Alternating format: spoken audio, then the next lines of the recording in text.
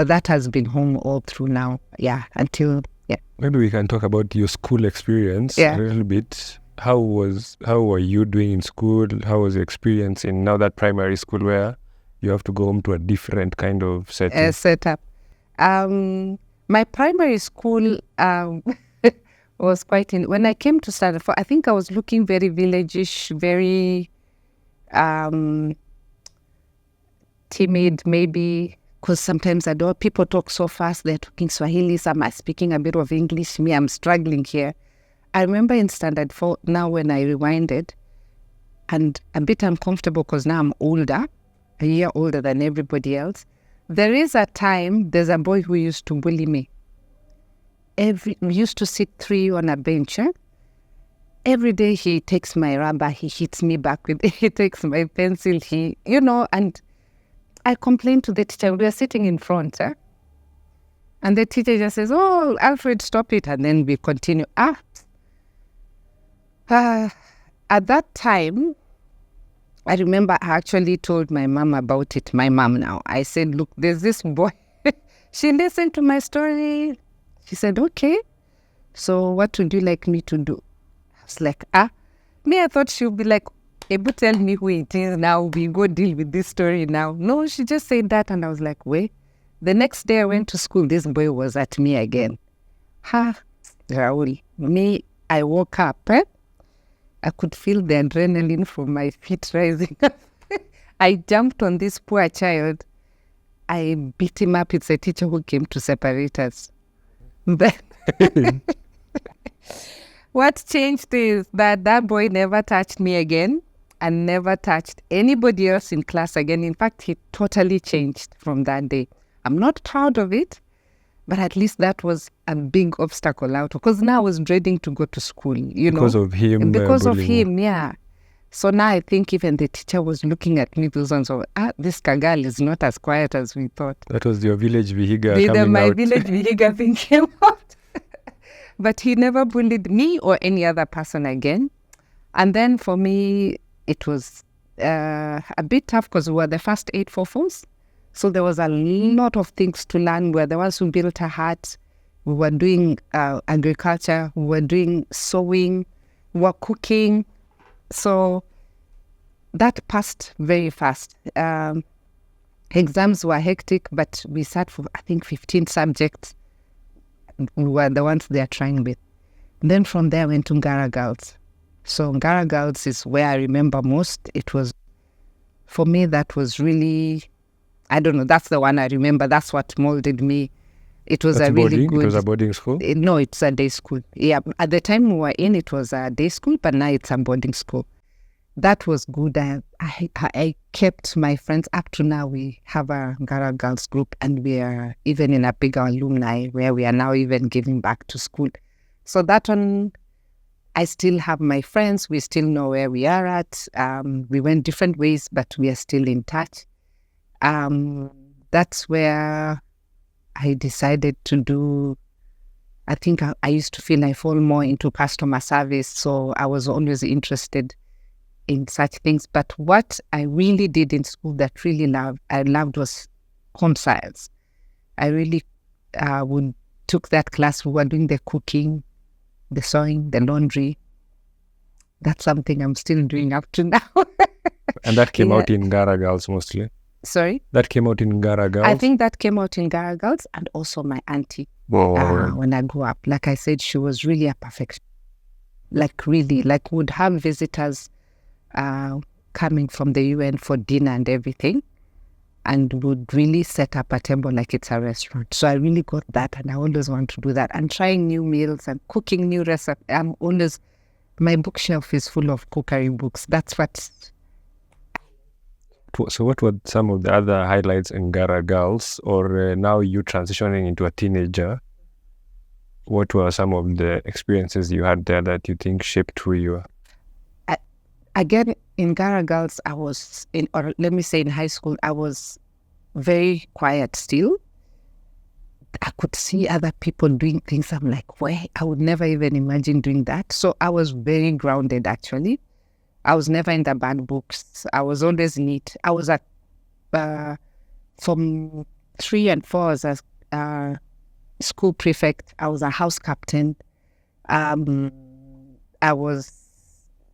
Those people follow rules. If the teacher says not this, then it's not that. So for me, there was no drama in high school for me.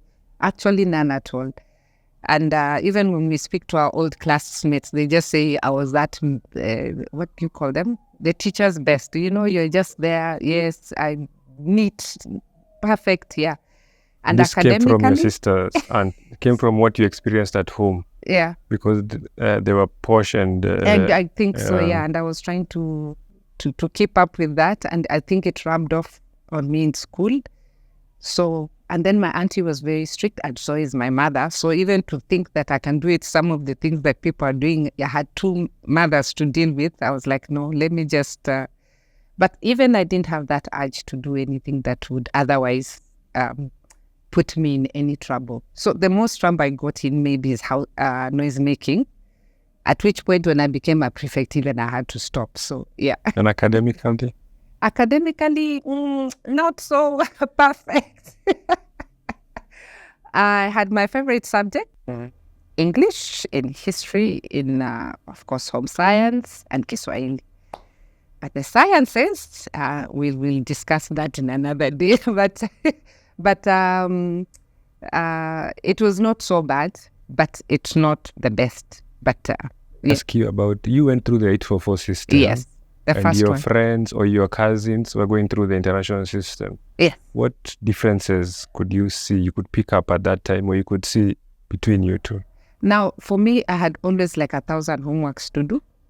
I was always sleeping late, worrying about tomorrow. They were home by 3:30. And because we were staying next to school, they used to walk. So by then, they never seemed to have like a lot of homework. They used to carry books according to subjects. So you find they're carrying 2-3 books to school. They had a lot of sports. And they were doing cricket. They were doing, I don't know, baseball. Things even I look at. Sometimes...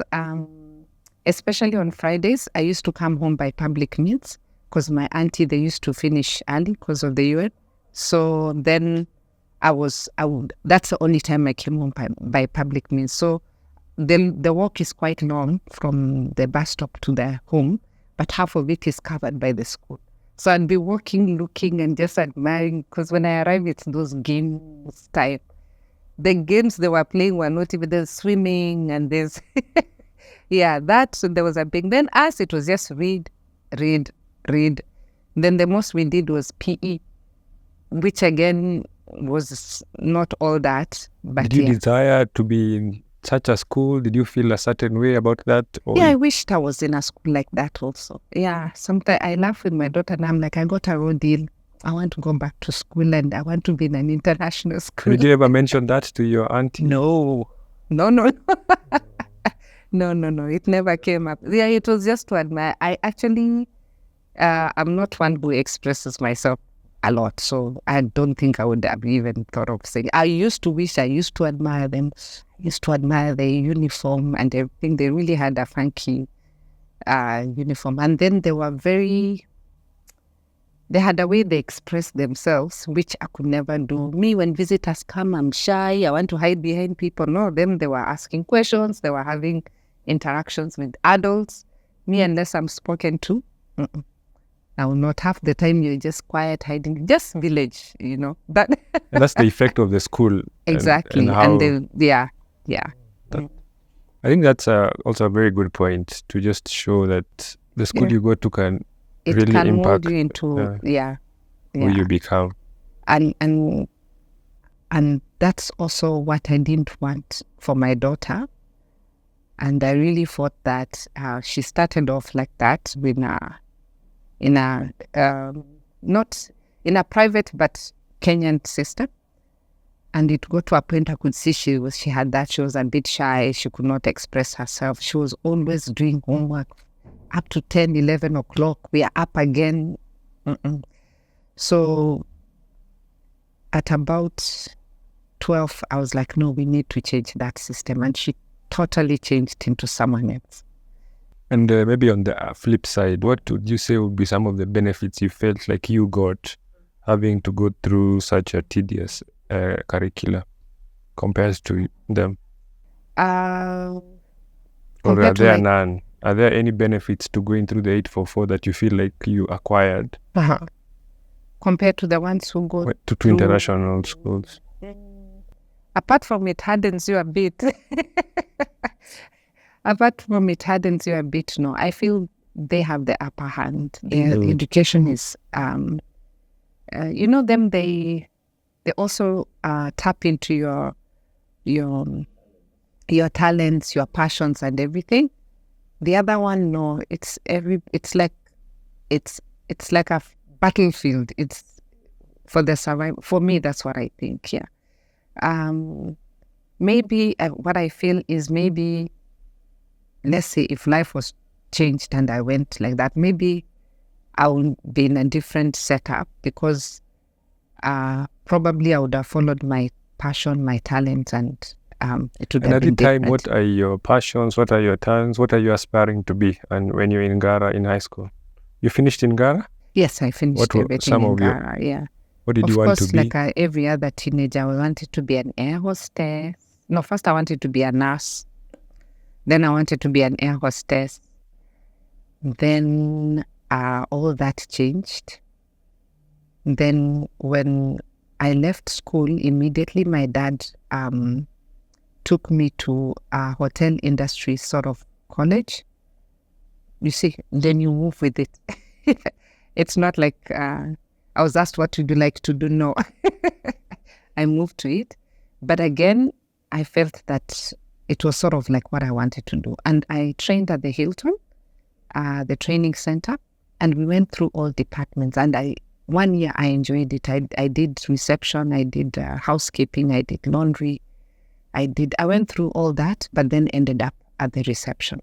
So I was in that customer service place, and that's where I am up to now. I mean, not in the Hilton, but yeah, I'm in customer service. It is the Hilton in town.